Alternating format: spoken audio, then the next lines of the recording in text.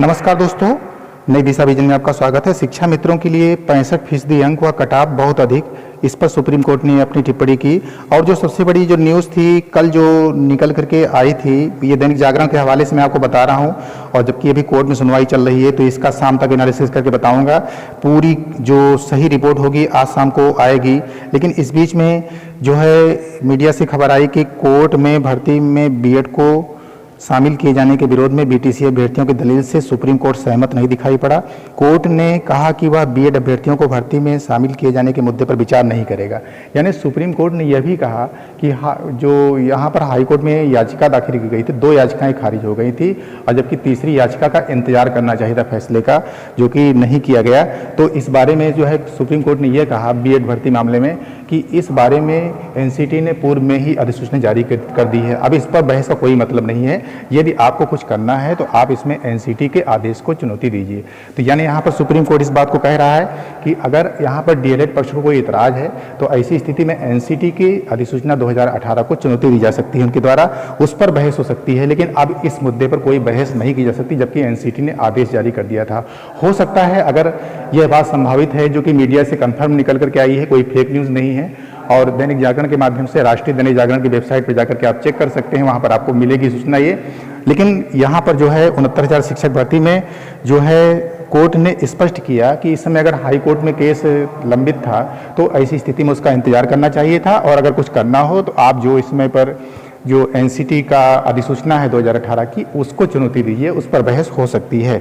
यानी कुल मिलाकर के बीएड मामले में सुप्रीम कोर्ट जो है भर्ती 69,000 भर्ती में सुनवाई करने की मूड में नहीं है। यद्यपि कोर्ट ने जो है दलीलें सुनी हैं। जो कल की वीडियो में मैंने बताया था, वो वहाँ पर दिल्ली से जो लीगल टीम से मैसेज आ रहे थे, वो कोर्ट की सुनवाई का यथासंभव जो पूरा हाल था बताया था, उसका जो थोड़ा सा पार्ट जो कि आज की सूचना में है वह वीडियो में इंक्लूड नहीं किया गया, क्योंकि इसकी सूचना प्राप्त नहीं हो पाई थी। लेकिन इस बीच में जो है मीडिया के माध्यम से यानी अखबार के माध्यम से खबर आई कि इसमें सुप्रीम कोर्ट का ये भी डिसीजन रहा है कि वह आगे इस पर बहस नहीं करना चाहता है।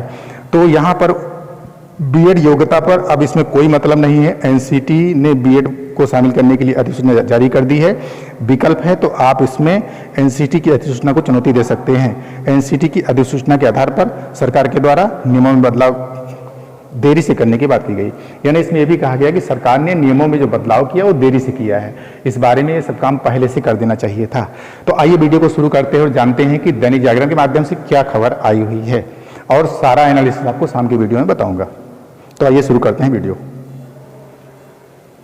सरकार सुप्रीम कोर्ट एक्शन नहीं ले रही है, और उनको जो है उनके बारे में ये कहा जा रहा है कि अगर किसी पक्ष को कोई ऑब्जेक्शन है तो वह एनसीटी के 2018 के आदेश को चुनौती दे, और इस प्रकार की बात सुप्रीम कोर्ट के द्वारा आ रही है।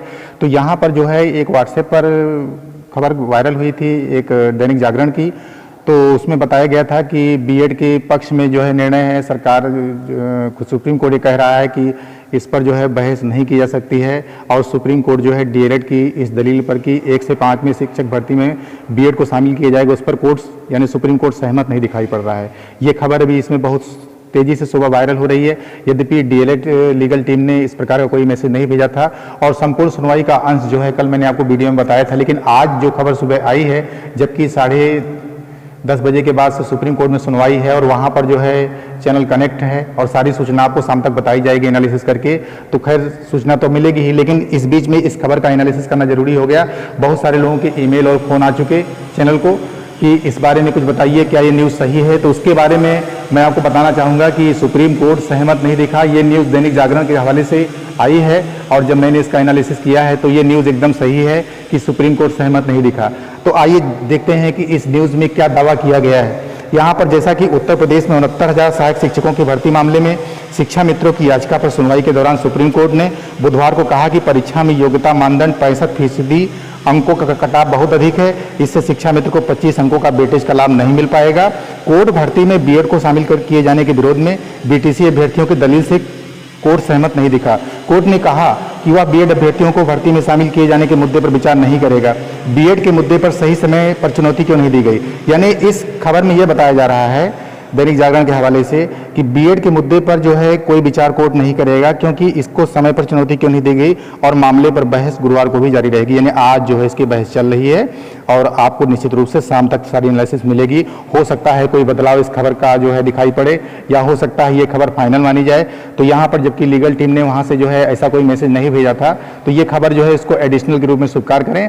शाम को इसका एनालिसिस करके आपको क्लियर बताऊंगा। यहाँ पर शिक्षा मित्रों ने हाईकोर्ट के फैसले के खिलाफ सुप्रीम कोर्ट में याचिका दाखिल कर भर्ती में न्यूनतम योग्यता अंक सामान्य वर्ग के लिए 65% और आरक्षित वर्ग के लिए 60% रखे जाने की चुनौती दी थी और हाईकोर्ट ने न्यूनतम अंक तय करने को सही ठहराया था। प्रदेश सरकार की भर्ती की इजाजत दी थी। सुप्रीम कोर्ट ने पिछली सुनवाई में अंतरिम आदेश में 37,339 पद शिक्षा मित्रों के लिए खाली करने को कहा था। जो बात बताई जा रही थी कि 37,339 पे कुछ न करें, ये शिक्षा मित्रों को खाली करने के लिए रखने के लिए कहा गया था। बाकी पदों पर भर्ती जारी रखने की इजाजत सुप्रीम कोर्ट ने पहले ही अपने आदेश में दे रखी है। यहाँ पर बुधवार को न्यायमूर्ति यूयू ललित की अध्यक्षता वाली पीठ में शिक्षा मित्रों और बीटीसी अभ्यर्थियों के वकील पीएस पटवालिया ने कहा कि शिक्षा मित्र पिछले 15 वर्षों से नौकरी कर रहे हैं। उनकी नौकरी नियमित करने का आदेश कोर्ट से निरस्त कर दिया गया था। पटवालिया ने कहा, नियम कहता है कि बेसिक टीचर सर्टिफिकेट बीटीसी होने पर सहायक शिक्षक नियुक्त हो सकते हैं। बीएड को ट्रेनी टीचर के रूप में नियुक्त किया जाता है। ये कल की न्यूज़ थी, ये बात सही है अपनी जगह पर। अगर बीएड को योग्यता मानदंड में शामिल करना है तो उसके लिए एनसीटी से इजाज़त लेनी पड़ती है। यहाँ पर इन दलीलों पर पीठ ने कहा अब इस बहस का कोई मतलब नहीं। दोस्तों यहाँ पर जो है लीगल टीम से अलग से एक एसएमएस आया था, उसमें इस बात को स्वीकार किया गया था कि कुछ बात जो है बीएड वालों के पक्ष में हुई है। तो यहाँ पर जो है इसी की खबर को जो है बताया जा रहा है। आज इसका पूरा एनालिसिस होगा और शाम को पूरा बताया जाएगा। लेकिन आगे इस बहस में जो दैनिक जागरण के माध्यम से सूचना है वह मैं आपको बता रहा हूँ। अब इस बहस का कोई मतलब नहीं है, कोर्ट ने कहा, क्योंकि एनसीटी ने बीएड को शामिल करने की अधिसूचना 2018 में जारी कर दी है। अब सिर्फ दो ही विकल्प हैं, या तो आप एनसीटी की अधिसूचना को चुनौती दें या फिर एनसीटी अधिसूचना के आधार पर सरकार के द्वारा नियमों में बदलाव में देरी करने की बात कहें। पटवालिया ने बताया कि इस संबंध में पहले हाईकोर्ट में एक रिट दाखिल हुई, वह वापस ले ली गई। इसके बाद दूसरी रिट भी दाखिल करके वापस ले ली गई। फिर तीसरी रिट दाखिल हुई जिस पर हाईकोर्ट ने नोटिस नहीं किया है। इस पीठ ने कहा कि उन्हें यहाँ बहस के बजाय हाईकोर्ट से नोटिस जारी करने का इंतजार करना चाहिए था। यानी कहने का मतलब ये है, अगर इस खबर को सच माने, यानी जो हवाले से आई है खबर दैनिक जागरण के, तो ये बात क्लियर है कि कोर्ट इस बात पर सहमत नहीं है। और कोर्ट ने कहा था कि अगर हाई कोर्ट में आपने दाखिल किया है और उस पर जो है 2 बार आपकी जो दाखिल रिट थी वापस ले ली गई और तीसरी बार आपको हाई कोर्ट का इंतजार करना चाहिए था उसके नोटिस का। आगे चल के कोर्ट ने पूछा कि क्या 1.35 लाख से अधिक शिक्षा मित्रों को सहायक शिक्षक के तौर पर नियमित किए जाने का आदेश कोर्ट ने रद्द किया था। उस समय सहायक शिक्षक की 68,000 रिक्तियाँ थी। अभी सरकार 69,000 भर्तियां कर रही। दोनों को मिला दिया जाए तो लगभग उतनी ही भर्तियां हैं। तो क्या पिछले 4 वर्षों में कोई भर्ती नहीं आई? बता दें कि शीर्ष कोर्ट के फैसले पर हजारों लोगों की निगाह लगी हुई हैं। पिछले दिनों सुनवाई में कोर्ट ने किसी मामले में अभ्यर्थियों को राहत नहीं दी है, बल्कि कोर्ट ने सुनवाई के दौरान यह टिप्पणी जरूर की थी कि वह अगली तारीख पर सुनवाई करके फैसला दे देगा। अभ्यर्थी यह भी आस लगाए हैं कि सुप्रीम कोर्ट से फैसला भी जल्द आ जाएगा। प्रदेश में जिला आवंटन पा चुके अभ्यर्थियों के लिए 1 माह का इंतजार करना पड़ रहा है। सुप्रीम कोर्ट में अभ्यर्थियों ने 2 जजों की पीठ को आदेश को चुनौती देने के लिए कई याचिकाएं दी थी। तो ये जो आपको बताई गई है, यहाँ पर सरकार ने हाई कोर्ट का 12 जून का आदेश आने के बाद शीर्ष कोर्ट में मॉडिफिकेशन याचिका दाखिल करके सुनवाई का अनुरोध किया है। सरकार का कहना है कि 9 जून का आदेश उसे बिना सुने ही दिया गया है। ज्ञात हो कि प्रदेश सरकार ने 12 जून का आदेश आने के बाद शीर्ष कोर्ट में मॉडिफिकेशन याचिका दाखिल करके सुनवाई का अनुरोध किया था। सरकार का कहना था कि 9 जून का आदेश उसे बिना सुने ही किया गया है।